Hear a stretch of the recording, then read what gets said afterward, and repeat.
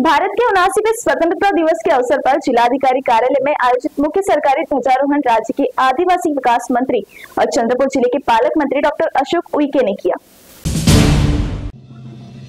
मुख्यमंत्री देवेंद्र फडणवीस के नेतृत्व में राज्य सरकार किसानों, खेती कर मजदूरों, आदिवासियों, दलितों, वंचितों, महिलाओं, युवाओं सहित कमजोर वर्गों को विकास का केंद्र बिंदु मानकर काम कर रही है। चंद्रपुर जिला भी इसमें पीछे नहीं है। सरकार और प्रशासन के प्रभावी क्रियान्वयन से नागरिकों को राहत मिल रही है। फिर भी हम जिले को विकास के हर क्षेत्र में आगे रखने की कोशिश कर रहे हैं। ऐसा आश्वासन राज्य के आदिवासी विकास मंत्री और चंद्रपुर जिले के पालक मंत्री डॉक्टर अशोक उइके ने दिया। वे भारत के 79वें स्वतंत्रता दिवस के अवसर पर जिलाधिकारी कार्यालय में आयोजित मुख्य सरकारी ध्वजारोहण कार्यक्रम में बोल रहे थे। इस अवसर पर सांसद प्रतिभा धानोरकर, विधायक सुधाकर अड़बाले, विधायक किशोर जोरगेवार, प्रभारी जिलाधिकारी डॉक्टर नितिन व्यवहारे, मुख्य कार्यकारी अधिकारी पुलकित सिंह, जिला पुलिस अधीक्षक मोमक्का सुदर्शन, मनपा आयुक्त विपिन पालीवाल, निवासी उप जिलाधिकारी दगड़ू कुम्हार सहित वरिष्ठ अधिकारी, जनप्रतिनिधि और नागरिक उपस्थित थे। इस समय पालक मंत्री डॉक्टर अशोक उइके ने आह्वान किया है कि सरकार द्वारा 6 अगस्त 2025 से शुरू किए गए मुख्यमंत्री ग्राम समृद्ध पंचायत राज अभियान में सभी स्थानीय स्वराज संस्थाओं को स्वेच्छा से भाग लेना चाहिए। साथ ही दूसरों को जीवन देने के लिए अधिकतम नागरिकों को अंगदान और नेत्रदान के लिए पहल करनी चाहिए।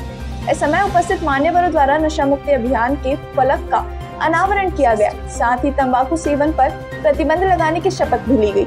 इस अवसर पर उपस्थित मान्यवरों ने वीर पत्नी वैकम्मा भीमन पल्लीवार, वीर नारी अरुणा नामटेकी, पार्वती डाहुली, छाया नवली, वीर पिता बालकृष्ण नवली, नायब सूबेदार शंकर मोगरे समेत doctor Sandeep Pipre, doctor Bhaskar Sonarkar, R आवास सुंदर ग्राम योजना अंतर्गत जिला स्तरीय पुरस्कार प्राप्त करने वाले ग्राम पंचायत वांद्रा कड़मना, इनके साथ ही अंगदान करने वाले नागरिकों के रिश्तेदार ज्ञानेश्वर बोगड़े, माधुरी भटवलकर, भारती नवघरे, महादेव जंपलवार, प्रतीक पारखी, नंदू हेमने, एकांश कोटगले, इनका शॉल सम्मान पत्र देकर सत्कार किया गया। भारतीय स्वातंत्र्य दिनाच्या शुभेच्छा। आपल्या देशाच्या स्वातंत्र्यासाठी क्रांतिकारांनी 1857 मध्ये इंग्रजांविरुद्ध क्रांतीची मशाल हाती घेतली। 1942 मध्ये इंग्रजांना भारत छोडो हा इशारा दिल्यानंतर 15 ऑगस्ट 1947 च्या मध्यरात्री भारत स्वतंत्र राष्ट्र म्हणून उदयास आले। क्रांतिकारक आणि हुतात्म्यांच्या बलिदानातून आपल्याला हे स्वातंत्र्य मिळाले आहे। त्यांच्या बलिदानाने मिळालेल्या स्वातंत्र्याच्या सूर्यात रूपांतर करण्याची जबाबदारी शासन, प्रशासन यांच्यासह प्रत्येक भारतीयाने सुद्धा आहे। आधुनिक कालखंडाचा इतिहास 1857 च्या पहिल्या भारतीय स्वातंत्र्याच्या लढ्या पडसाद चंद्रपूर जिल्ह्यात पडले। आदिवासीच्या जमिनीवर इंग्रजांनी जबरदस्तीने कब्जा केल्यानंतर शहीद क्रांतिवीर बाबूराव शेडवाके यांनी इंग्रजांविरुद्ध युद्ध पुकारले। 1942 च्या चिमूर क्रांतीमुळे चंद्रपूर केवळ देशातच नव्हे तर संपूर्ण जगात नावारूपास आले। स्वातंत्र्याच्या इतिहासापासून स्वतःची ओळख असलेल्या चंद्रपूर जिल्ह्याला ऐतिहासिक गोंडकालीन वंशाचा वारसा लाभला आहे। अशा ऐतिहासिक आणि विविधतेने नटलेल्या, खनिज संपदेने परिपूर्ण असलेल्या आणि आदिवासी संस्कृतीचा वारसा जपणाऱ्या चंद्रपूर जिल्ह्याचा पालकमंत्री आणि राज्याचा आदिवासी विकास विभागाचा मंत्री म्हणून आज ध्वजारोहण करताना मला मनस्वी आनंद होत आहे। बंधूंनो, चंद्रपूर जिल्ह्यात नुकत्याच महसूल सप्ताह राबवण्यात आला। या अंतर्गत 73 महाराज्य सोय अभियान शिबिर घेण्यात आले। 5392 विविध प्रमाणपत्रांचे वाटप करण्यात आले। तसेच 378 अतिक्रमणधारकांना घरकुल बांधण्याकरिता पट्टे वाटप करण्यात आले।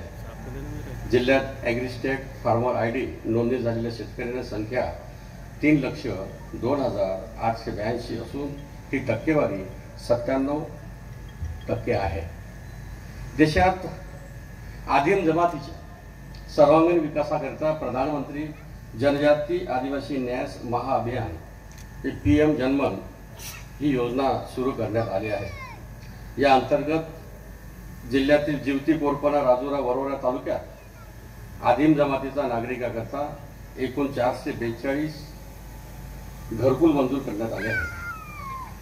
आणि सोबतच जनजाती गौरव वर्षानिमित्त भगवान बिरसा मुंडांच्या 150व्या जयंतीच्या निमित्ताने हे संपूर्ण वर्ष जनजाती गौरव वर्ष म्हणून भारत सरकारने धरती आबा जनजाती ग्राम उत्कर्ष अभियान ही अतिशय महत्त्वाकांक्षी योजना सुरू करण्यात आलेली आहे.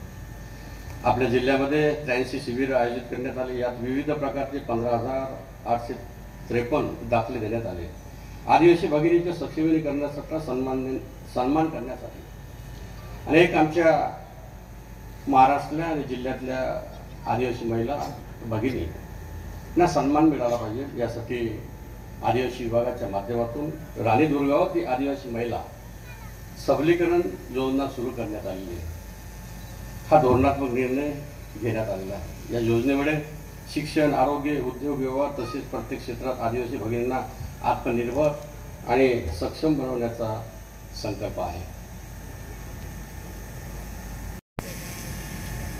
49,70,00,000 रकमेची 20वा हप्ता 2,78,440 शेतकऱ्यांना वितरित करण्यात आलेला आहे. माझी वसुंधरा अभियान 5.0 अंतर्गत जिल्ह्यातील सर्व 824 ग्रामपंचायतची नोंदणी करण्यात आलेली आहे. जलयुक्त शिवार योजनेअंतर्गत एकूण 232 गावाची निवड करण्यात आलेली आहे.